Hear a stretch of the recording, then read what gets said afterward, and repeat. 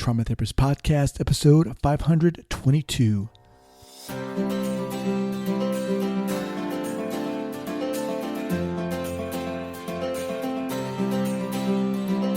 right, welcome back to the Trauma Therapist Podcast. My name is Guy McPherson. My mission is to raise the awareness of trauma and to support and inspire new trauma therapists just starting out on the trauma-informed journey. I do that with my membership community, Trauma Therapist 2.0, my online courses and workshops, and the Trauma Therapist newsletter. If you're a therapist of any kind and you work with individuals who've been impacted by trauma, I invite you to head on over to my website at thetraumatherapistproject.com. That's thetraumatherapistproject.com. All right, let's get started. All right, here we go. So 5, 4, 3, 2, and 1. All right, folks, welcome back to the Trauma Therapist Podcast. Guy McPherson here, and I am very excited to have my guest today, Sarah Ramsey. Sarah, welcome. Hello, Guy. How are you? All right, I'm doing great. So Sarah is a toxic relationship specialist, life coach, and NLP master practitioner who helps amazing women remember how amazing they are after enduring the pain of a toxic partner or parent. She works with women who've experienced toxic relationships and who remain stuck in a cycle of pain and confusion, transform their minds and lives by taking back their power, recreating a life they're excited about living, and bringing renewed energy, clarity, and excellence into establishing careers and relationships they love. Sarah's work has been featured in the Emotional Abuse Recovery and Resilience Summit, Healing Narcissistic Trauma Conference, Medium, Thrive Global, the Elephant Journal, and the Courageous Women Summit. Not too bad. Hey, and it's gotten better since then. I think since we booked this call, my book's come out, so we can add best-selling author to the list. There you go. I'm excited. Look, yeah. Again, thanks for joining me. Before we get going here, Sarah, share with the listeners where you're from originally and where you're currently calling from. I'm in Tennessee, I'm in the fastest growing city in the U.S. right now, Knoxville, Tennessee, which is, they know it because all the U-Hauls are stopping here. So thank goodness I'm not trying to buy a house. Okay. And I grew up here, but before the pandemic, I called myself like bi-coastal because I was in Texas part of the time, Florida part of the time, which isn't really bi-coastal. But just working, I'm very grateful to have a career that I can work from anywhere. But yes, currently I'm in the fastest growing city in the U.S. Awesome. All right. Cool. So, I don't even know why I'm hesitating. How the heck did you get into this field that you're in? That's what I'm after. Yes. When I was a little girl, I dreamed of being a toxic relationship specialist, right? People always joke and they say, oh, was there a toxic relationship you're recovering from? And I'm like, that is so nice of you to think there was just one. You're giving me a lot of credit here. But I grew up as a pastor's daughter. So tons of people pleasing, tons of meeting other people's expectations, their needs for me, which led me to think if I worked hard enough, I could get people to love me. And so that was a little bit of my personal journey. And then there was a teenager who was killed in her bed by her boyfriend, a toxic boyfriend.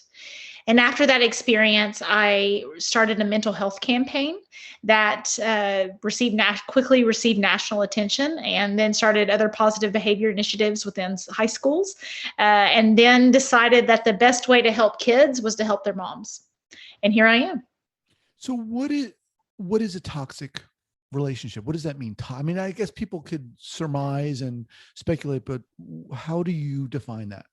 I love that question because my passion in life is to make that question much more simple than it currently is. Even as I tell that story and it's like there was a teenager killed in her bed, it was on Dateline. That's this horrible, that's like stage 4 cancer. That's obviously like the absolute worst case scenario.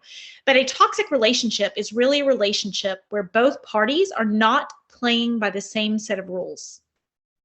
Okay. There's a pattern of one person always winning, a pattern of it always being a really good deal for only one of the parties. And that person makes the rules, that person gets to break the rules, that person gets to enforce the rules, and the other person's job is to follow the rules. And I think that is there's like this game being played that only Mhm. one person understands what's happening. So it feels like the finish line is always moving and only one person really has the power within the relationship rather than it being a partnership or, a healthy dynamic. So, let me just get something in my eye here. So Oh, it's and correct me if I'm wrong here. It sounds obviously very manipulative. mhm. It sounds like it can be abusive or Yeah, bordering sure. on abuse. Yeah. And it also sounds like it's a slippery slope. Like you could even get into it and you're not really aware that it is toxic before it's, by the time it's too late. And that's really my passion is to right now we have domestic violence awareness or child abuse awareness, some of those type things or sex trafficking. But these are all in like, if you're thinking about it in terms of cancer, that is stage 4 cancerous cells. Right. And as a society, we are intelligent enough to say, we don't only talk about cancer when you're about to die. That's horrible. We talk about the early stages, early prevention, precancerous cells, healthy lifestyle to prevent cancer. And I really want to change, when you get into words like abuse, yes, obviously it is abusive. But even that word, people are like, well, but they didn't hit me. Mm-hmm. Well, and you start making these excuses for why one person gets all the power in your life. Right. Let me go back just a little bit. So you talked about the young woman, I guess, who was Yes, killed by her Emma boyfriend. Walker. Mhm. Why did that inspire you to take action? Because she was not the typical stereotype. I hate the stereotype surrounding abuse, right? Or toxic relationships. It's like, well, they're from the wrong side of town. Well, they're from a broken family. Well, they're, from a certain socioeconomic or race or whatever else it may be. And it was really the idea that no, this happens in the best of households. This happens with, even in healthy relationship, healthy parents see their beautiful child get sucked into this situation because of her kindness. Mm. Okay. And because of my kindness in my own life, my own kindness has been used against me. I thought, I just need to be nicer. I need to be more loving. I need to be more forgiving. I need to be more loyal. I need to be more so that the relationship can be okay. And it is incredibly healthy to think in relationships we need to do our own self-work. Obviously, Right, we right. need to work on improving ourselves. We need to cover over our weaknesses and figure out ways to maximize our strengths. That's great human growth. But in a relationship, if only one person is doing the work of the relationship, then it's what I call smart girl or smart guy syndrome. Mm-hmm. Okay. Right now, the conversation's about codependency. Well, you have a bad self-esteem, so you put up with that. And when I think Bill Cosby, I grew up loving Bill Cosby. You Mm-hmm. probably loved Bill Sure. Cosby at one point in your life. And when you start to hear that he has this like horrid history of abusing women, it's like, I remember thinking, oh, that can't be true. Oh, not Bill Cosby. I know Bill Cosby, right? We all thought we knew him. He sells us pudding. He's funny. That can't be true. And then we find out that we were tricked. Okay. But we probably don't look at our own lives and say, well, Bill Cosby tricked me. So now I'm codependent or I'm stupid or I'm dumb or I'm broken or I have self-esteem issues. He was just good at manipulating people. Mm-hmm. He was good at image management. And currently every expert agrees it's at least 1 in 10 people who have some type of personality disorder. So that means we all know someone who's tricking us and making us think they're a good person. Or I don't want to say good, bad, because that gets into a really icky conversation. But, we think someone in our lives is trustworthy who in fact is focused on image management and flipping responsibility where they're never responsible for anything. So if we kind of dialed in a little bit more, what might this look like in a quote unquote typical relationship? Yeah, I call it a toxic person encounter, because even there, when you say relationship, it's like, is that romantic or is it not? And it's easy to look down on someone who has a bad dating history or a divorce. It's like, gosh, that was so stupid. I can't believe you put up with that. Right. But then going back to the Bill Cosby example, it's like, oh, well, I'm not dumb for having been in a bad business deal. Bertie Madoff, right? It's like these people that invested in him, no one called them codependent. Mm-hmm. He manipulated them. And there's people in our lives who can manipulate us. So you asked what that looked like. Very much controlling behavior, what I call the flip. So if you come to me, Guy, and you say, it really bothered me when you couldn't see me on Tuesday. And I pull the flip on you and I say, well, that shouldn't bother you. You're too sensitive. Maybe if you weren't so needy, then I wouldn't have to always show up for Tuesday. Maybe you should work on yourself instead of worrying about what I'm doing. Or why do you not trust me? Are you cheating on me? Is something going on that you think I'm not trustworthy? But you see that it flips and the conversation instantly has you on defense. Right. And you see that play out over and over and over with parents, right? How dare you not show up for me? How dare you not take care of me? It's heaping a lot of guilt on someone. And that can either look like a very controlling personality where they get to tell you who you need to be, or a very victim personality, which is like, oh, you poor, I'm so pitiful. You should rearrange your whole life to help me. So are the two people who are involved in this relationship, are they kind of automatically attracted to one another? I love this conversation. And so, sometimes yes. Okay. Absolutely. Oh, I like to be needed. Right. I want to feel important. How could they live without me? I'm the only person who understands them. Absolutely. Or it may feel safe for someone else to make your decisions for you, because then you don't feel like you have to take responsibility for your decisions. So that can be true. Absolutely. Right. Sure. I do believe are you familiar with the Big Five personality test? Mm-hmm. Okay. Cornell did a study in people with toxic relationships through Sandra L. Brown. And within that study, it talked about how high people who had been in traumatic relationships or toxic relationships scored in agreeableness and openness. Okay. We think about being agreeable and open as a good quality. Mm-hmm. But toxic people also think it is a good quality. They're willing to be very forgiving. They are willing to, overlook bad behavior. They're willing to work on themselves rather than trying to get me to work on myself. Oh, they're willing to be self-aware enough to take the blame. Right. These are incredibly fabulous qualities that are strengths that can be used against us rather than just weaknesses we need to overcome. Jeez. It sounds horrifying.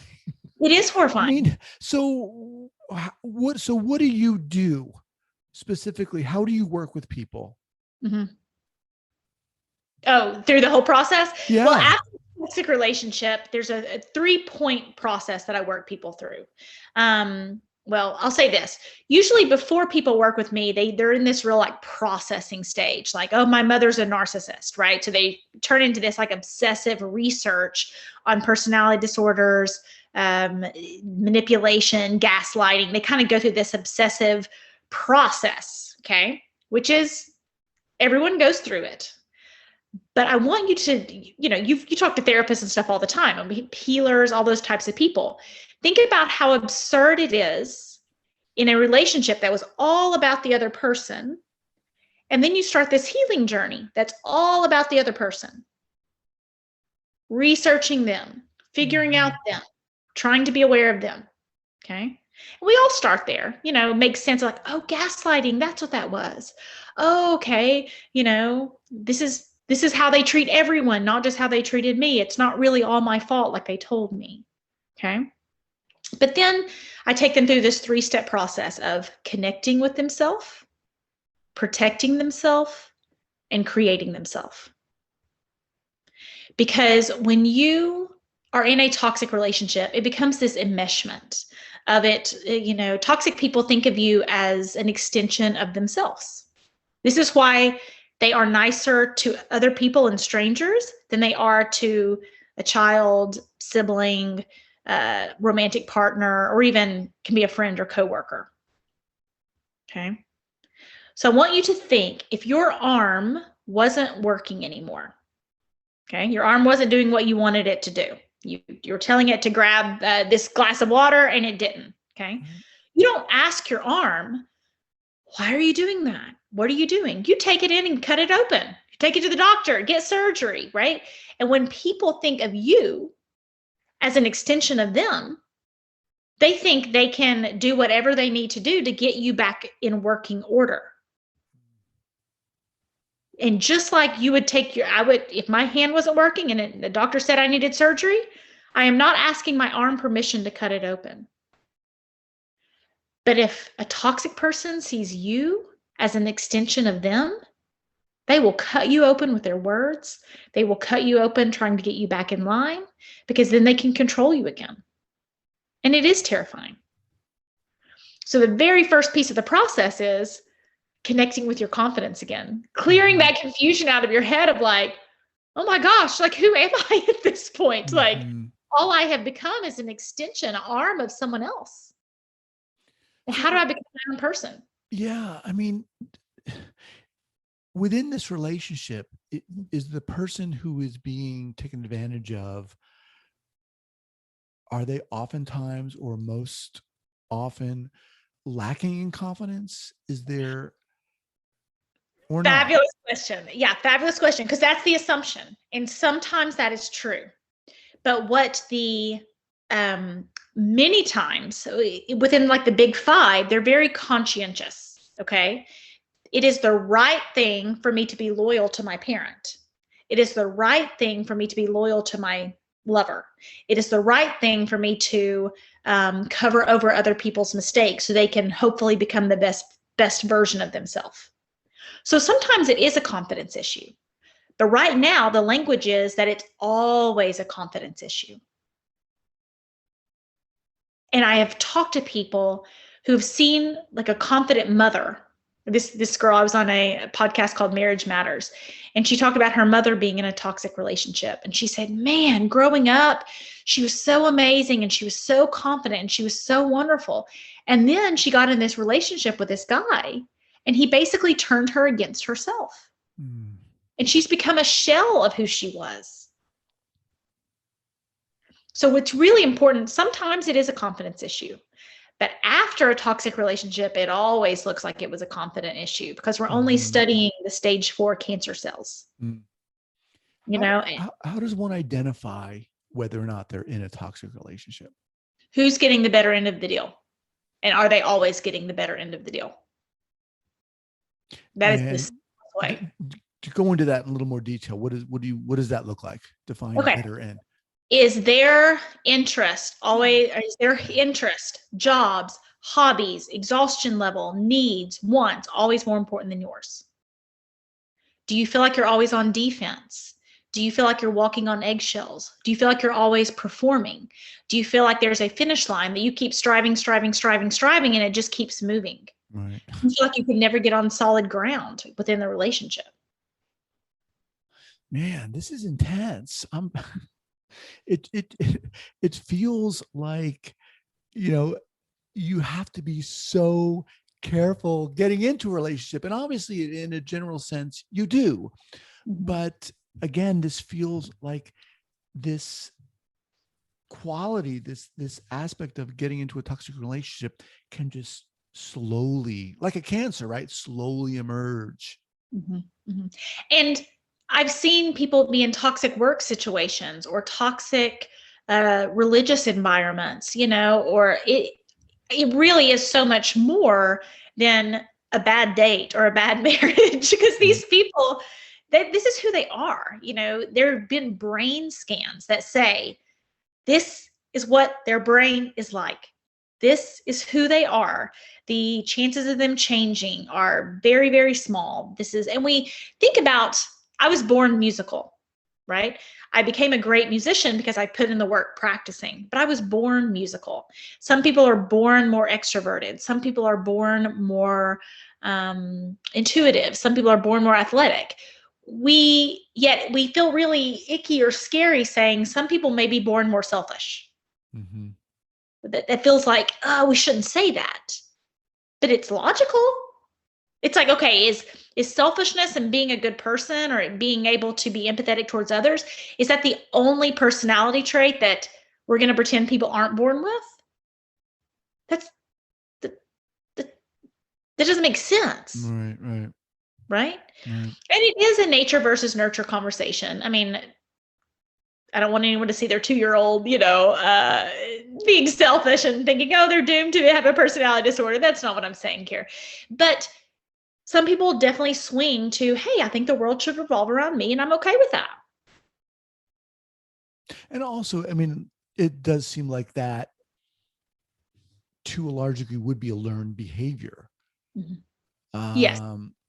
Depending on what type of environment they were brought up in. But all right. So when did you write your book? Let's go into your book a little bit more about it. Tell us what the title of it is. Absolutely. So it's Becoming Toxic Person Proof, which is kind of like the term bulletproof, toxic person proof. And it's about clearing the confusion and learning to trust yourself, which is really what it's all about, right? Because toxic people get you to trust their voice. Their voice becomes larger in your life. Their needs, their wants, their desires become more important than your own. And you have to learn to hear your own voice again so that someone doesn't try to talk you out of believing your reality. Is there a type of toxic person? From what you're saying, I'm getting a picture of someone who is maybe at least outwardly uber confident. Maybe they're super manipulative. They're an extrovert. They're a very good talker. They're, but upon closer inspection, they kind of look very slithery. But is there a prototype? Is there a typical person that they? That's what's scary, is that toxic people can show up in different ways. That is one type. There's also something called like a covert narcissist, which I try not to get into diagnosing people I've never met. That's a really tricky, yucky type of thing. But, there's definitely people who, again, play that victim. How dare you not take care of me? How dare you have a life outside of me? What kind of husband, what kind of wife doesn't do what I want? How you're so selfish. But anyone who can really flip you and you start believing them more than you believe yourself, that is the type that, if people can hold on to that, because I see people get out of a toxic relationship with a fireman, and so then they think they can get an accountant and he's safe because he's not as extroverted or she's not as extroverted. And then we let down our guards. And I don't want people to live in fear. Like, the whole point of this is not that you live in fear. The whole point of this is that you're aware and that you open the door. Hello, who are you? And when you see from their actions, the pattern of actions, you feel confident in your ability to open the door wider or shut the door. That's really what it's about. All right. Can you give us an example? Obviously, not disclosing people's identities, but of maybe people you've worked with or so forth. Oh gosh. It's so interesting how often the pattern of religious leader comes up, not bashing, I have a very religious based background, not bashing religion by any means, but this person who on the outside, it's like, oh, they're saving the orphans. They're doing all this good work. They're willing to help everyone as long as it helps their image. Okay. But then behind closed doors, they're actually very selfish. They think you should almost be like almost a servant, kind of the arm example, right? You're just an extension of me. You're here to make me look good. You're here to be my emotional dumping ground. You're here to be my emotional punching bag. But on the outside, oh, they're so friendly. They're so kind. They're so helpful. They're so wonderful. And that is really difficult to counterbalance. Whether it be a sibling, a coworker, a husband, a mother, a wife.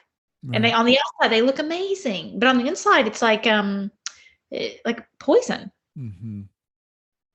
And they're And within, I was just going to say, within that example, there almost is an inherent power dynamic, right? The yes, religious leader very much. is Mhm, up here in a sense, mhm, mhm. which almost kind of paves the way for certainly that type of relationship.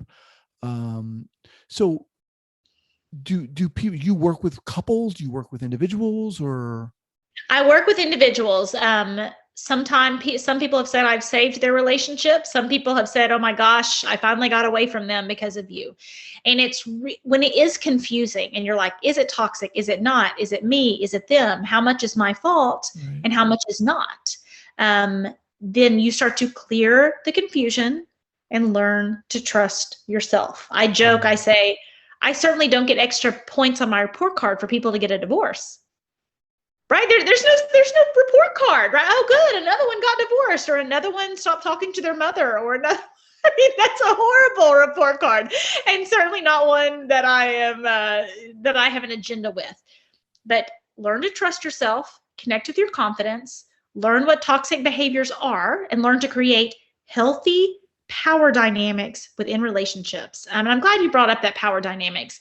An example I strongly recommend you teaching your children is the idea of a pyramid. Okay. So I have two biological kids, a son and a daughter. And if my son has won his baseball game, he gets to pick where we go to dinner. If my daughter is not feeling well that day, maybe she gets to pick what's on TV, or it revolves around them. Mm-hmm. If my husband has a huge work event, I need to make sure the house is quiet, and he gets to be what I call at the top of the pyramid. And each person gets to take turns with their needs, their wants, their desires being the most important that day. In a toxic relationship, one person is always at the top of the pyramid. Yeah, that's a good visual analogy. And kids understand it too. If you Right. teach kids, it's really as basic as taking turns. Right. And if you're like, oh, this guy, he's 45 years old and it's always his turn. It's like, if he has not learned to take turns at 45, he's been told his entire life to take turns. If he hasn't figured it out, we make it too complicated. We make it, well, he had trauma in his childhood, or he had this, or she had this, or she had that. It's like, they don't know how to take turns. They think they're always at the top of the pyramid. It is very simple. We make it too complicated, and toxic people are winning because we make it so complicated. Mm-hmm. They should take turns. This is really bringing up some stuff about my own mom, my own mother, and putting her in that position, and seeing about her after she got divorced with my dad. She was definitely in toxic relationships, and it's like you can't you couldn't explain to her, Mom, this is crazy. We had this joke with my mom, like, she would never get it until you she needed to be hit over the head with a 2x4, but even then she wouldn't see it or wouldn't get it. What about people like that who are obviously in it, but they don't see it? In my book, I talk about people who have ears willing to hear, or people who need to develop ears willing to hear, and some language to cut through with them. I've been running the Facebook group Finding Love and Success After a Toxic Relationship for several years now. And a lot of the research from my book came from surveys through thousands of women in this who were saying, what were your blind spots? How did you not see it? Right. Why did it take a 2x4 to get hit in the head? And it's hope. It's falling in love with potential. It's believing the best in humankind. Oh, it'll get better next time. I just need to keep sticking it out. I need to work a little harder. It's probably my fault. And I'm looking at your face right now. And this is like when I talk to people who've had mothers in this situation, you see them like, oh, I just thought she had low self-esteem, Right. But well, right. And I think she may have. And I'm also thinking, as you're saying that, you've mentioned self-trust a lot. Yes. And it seems like, so many pieces of the puzzle are in play with both parties in this. Mhm. Mhm. Um, so the person who is in a toxic relationship, who never gets to be at the top of the pyramid, it seems that they're not trusting themselves. Mhm. They're not acting with an integrity to themselves. And it's a real belief system. If you believe that my job here on this earth is to be everyone else's servant or punching bag, or my needs are never important, and I don't mean like a servant's heart. Like I know in like several religious cultures, we want to do right by other people. But what happens is you really have to ask yourself, is my purpose here on earth to help everyone else be more selfish? Because that's spreading darkness. Right. It's not spreading light. But we don't, like, I'm kind of one of the only people saying that, right? Because before it's like, oh, you just need to give more. You need to put more into the relationship. You need to give 100%, and it creates, which is fabulous as Right. long as both people are doing it and you're taking turns. That's Right. exactly the right advice if people are taking turns. All right, let me reintroduce you here. I'm speaking with Sarah Ramsey. The book, remind me of the book again, Sarah. Becoming Toxic Person Proof. Mm-hmm. Okay. And we'll have that linked up at the show notes page here at the traumatherapistpodcast.com. So do you also offer courses or what? Okay. Yeah, for sure, for sure. So I work with people through the Wondrous Woman program, learning to connect with what's right with you, become toxic person proof, design a life you're excited about living, or connect with yourself, protect yourself, create yourself. Because that self-trust is built in creating a life you're excited about living. It's knowing who you are, living with an integrity of yourself. And I hope you hear my language, that it's not a powering over. I think sometimes when people say I'm toxic person proof, it almost seems like they're always bringing down the hammer. I don't put up with that. And I work very hard to work within that integrity energy, not because that sounds like fear to me. Mm-hmm. When you're having to throw the hammer out to everyone, that is not from a place of self-confidence. That is a place of self-protection. Right. Yeah, I wasn't getting that from what you were saying. But I want to point it out because a lot of people at my work, that's the language they would use. Like, you shouldn't have to put up with that. You deserve better, which is true, but it's the energy behind it. And I think being a wondrous woman, being toxic person proof, is knowing how to be kind without having your kindness used against you. Mm-hmm. It is living in integrity to yourself and others. It is choosing to spread light in the world and help others without helping them avoid their own inner work, right? Not covering over their weaknesses and selfishness or victimhood in such a way that, oh, they just need me. They just need me. They just need me. That's not good energy. It's not healthy energy. Yeah. I mean, a lot of this too sounds like, making people helping people understand what is a healthy relationship. What it means to be in a healthy relationship. And from what you're saying, I'm just getting so many images in my head of people I know who fit into this category. I asked you earlier on in the conversation about, abuse and trauma and so forth. But if we think about this on a continuum, is the experience of being in a toxic relationship, would you say that is inherently abusive? Is that person experiencing abuse by the very nature of the definition? I had an incredibly difficult October with my stepson was in a car wreck in which another child was driving and died. He was like helicopter, like several people in my family had COVID all at the same time. It was a horrific 2-week period of my life. And everyone said, gosh, you seem to be doing so well. How are you handling this? I said, what I cannot handle is someone teaching me not to trust my own thoughts. That's like brainwashing. When you can't define your reality, which was what happens in a toxic relationship. It's like, I don't even know who I am. They're telling me the sky is green when I see blue. Right. That confusion, that fear, that distrust in the world and yourself, it is the worst thing you can imagine. It is the worst thing you can imagine. And so everything else seems like, okay, man, this really sucks about this child. This really sucks. I'm at the hospital. This really sucks. But it's not this like you're swimming in a fog. Like I can't even figure out what's real or not. Right.